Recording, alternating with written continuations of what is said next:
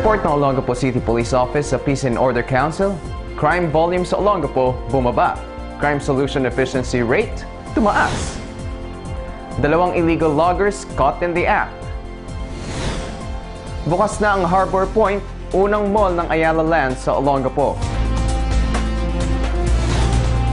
Is it safe to walk in our streets at night? Can we sleep in peace? O kailangan munang nakasecure ng 3 deadbolt ang mga pinto natin sa bahay at hindi matinag ang grill sa mga bintana? Do we feel the need to carry guns in order to protect ourselves? Hindi ganito ang gusto nating social environment. Ang tanong, kaya ba ng ating kapulisan at ng ating pamahalaan na ibigay sa atin ng isang mapayapa at maayos sa pamayanan? Mabuhay Pilipinas! I am Angelo Perdon and this is Newsnet Zambales.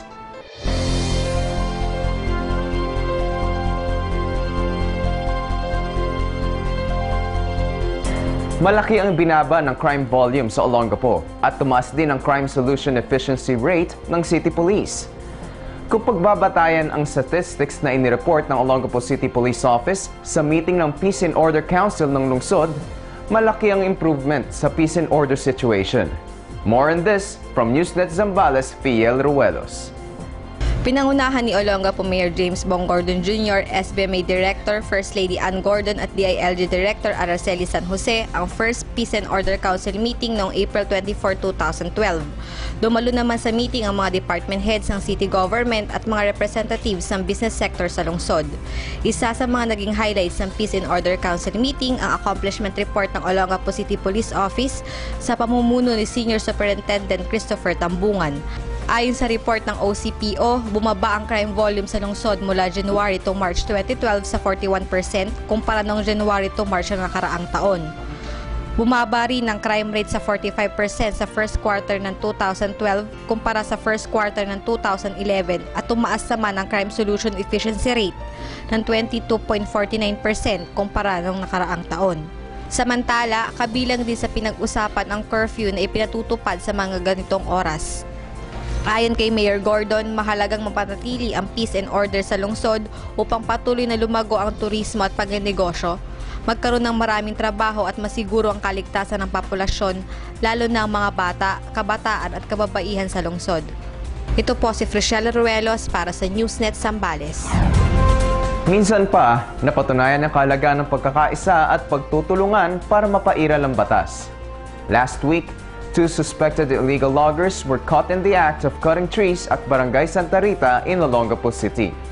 Police identified the suspects as John Lee Minerva Bolbar, 22 years old, a native of Leyte, and Wermer Consiguera Migollas, 44, from Surigao. Ayon kay Olongapo Mayor Bong Gordon, ang naging susi sa pagkakaaresto sa dalawang suspect ay ang pagtutulungan ng mga mamamayan, city government, Community Environment and Natural Resources Office at Olongapo City Police Office.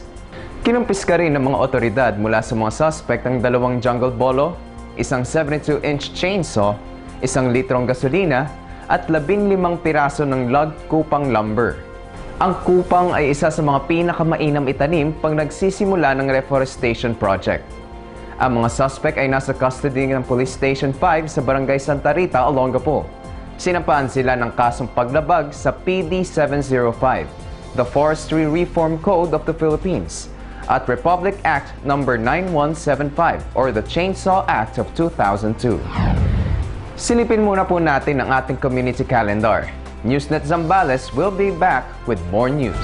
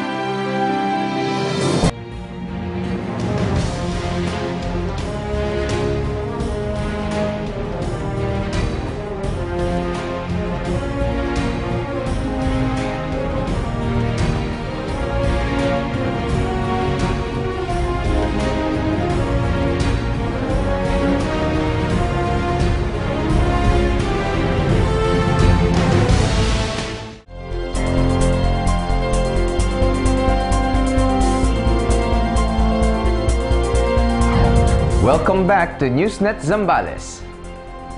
Para sa mga mahilig mag-shopping, welcome to the Max ang balitang ito.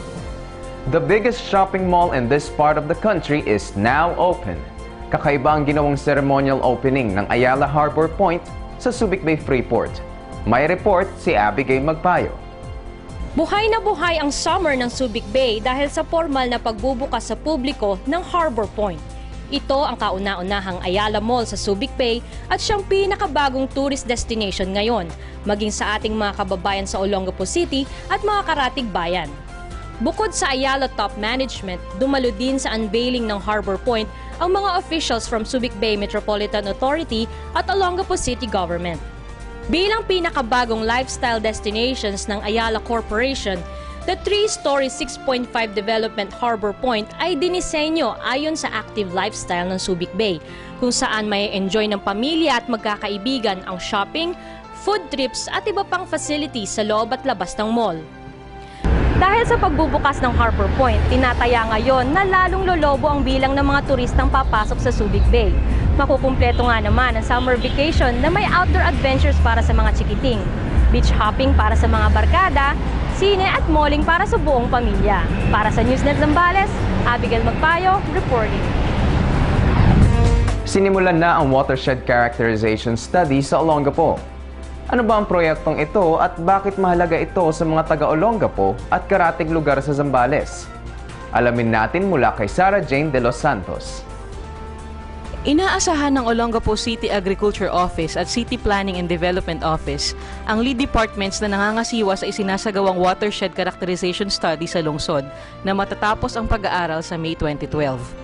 Ang Watershed Characterization ay isinasakatuparan sa tulong na rin ng Subic Water at ng Community Environment and Natural Resources Office ay nangangalap ng mahalagang impormasyon tungkol sa economic, biological at physical na katangian ng mga watershed areas.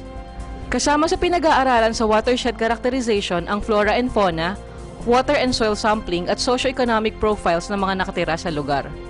Ang watershed ay isang area ng kalupaan kung saan may sibol ng tubig na dumadaloy patungo sa ilog, lawa o iba pang bodies of water.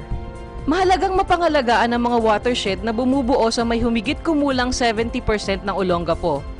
Bukod sa source ng water, ang mga puno din na makikita sa mga watershed areas ang siyang pumipigil sa erosion at landslide. Pagkatapos ng Watershed Characterization Study ay nakatakda namang isulat ang mga resulta ng pag-aaral upang makabuo ng isang Integrated Watershed Management Plan para maitakda ang mga programa sa proper land use at community-based management programs. Nakapaloob sa helps ni Mayor James Bong Gordon Jr. ang kanyang agenda for sustainable development. Ang ibig sabihin nito, ang mga likas na yaman, kabilang na ang mga watershed areas, ay gagamitin ngunit pangangalagaan ng wasto sa kasalukuyan para naman sa kapakanan ng mga henerasyon sa kinabukasan. Sarah Jane de los Santos reporting for Newsnet Zambales. Good news para sa ating mga lolo at lola na mahilig manood sa big screen. Tuwing Lunes at Martes, pwedeng manood ng libre ang senior citizens sa Times Square Cinemas sa Subic Bay Freeport. Ang Times Square ang unang sinehan sa Olongapo na tumugon sa kahilingan ni Mayor Bong Gordon kaugnay ng City Resolution No. 116 Series of 2011. This is a resolution requesting all cinema operators to grant complimentary admission for Olongapo City senior citizens. Ang libreng panonood ng senior citizens ay para sa unang regular movie screening lamang tuwing Lunes at Martes. Hindi kasama sa free admission ang red carpet premieres, advance at special screenings pati sa Manila Film Festival. Kinakailangan lamang ipakita ng ating senior citizens ang kanilang valid senior citizens ID bago pumasok sa sinehan. Meanwhile, Olongapo rallied in full force behind the Amazing Paper Dolls as the group competed in the grand finals of ABS-CBN's It's Showtime. Mismong si Olongapo Mayor Bong Gordon nanawagan sa lahat ng Olongapeño na ipakita ang kanilang suporta sa grupo. Ayon kay Mayor Gordon, ang pag-compete ng Amazing Paper Dolls sa Showtime ay isang halimbawa ng isinusulong niyang motto ng Olongapo, Fighting for Excellence. Mula nang unang sumabak sa daily competition ng Amazing Paper Dolls noong February, all-out support na sa kanila ang city government.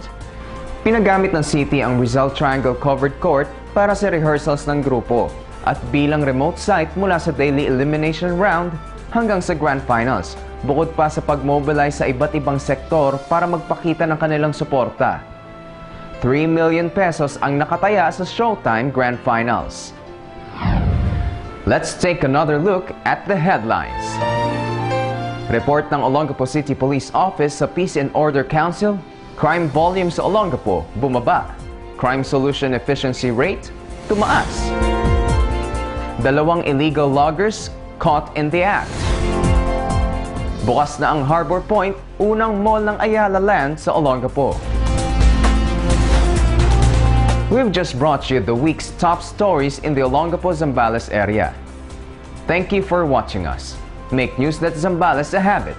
Samahan niyo po kami every Monday, 7:30 a.m., 10 a.m. at 12 noon, with replays on Wednesdays and Fridays also at the same time. Dito po sa Subic Broadcasting Corporation, TV22. Napapanood din po sa Colorview Cable TV Channel 78 at Freeport Cable Channel 16. Kung meron kayong comments and suggestions, email us at subicbroadcasting@gmail.com. Ilagay lang po sa subject field Newsnet Zambales para mabasa namin agad. Muli, salamat sa inyong pagtangkilik. Angelo Perdon po ang inyong tagapagbalita dito sa Subic Broadcasting Corporation TV22, ang inyong Kaibigan TV.